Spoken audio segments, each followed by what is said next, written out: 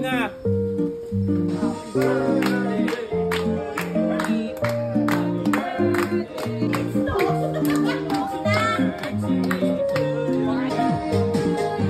Isang oras po yung happy birthday!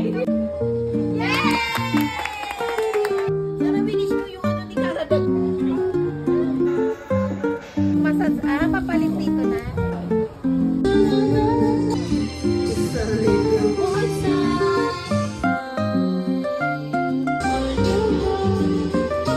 Ay,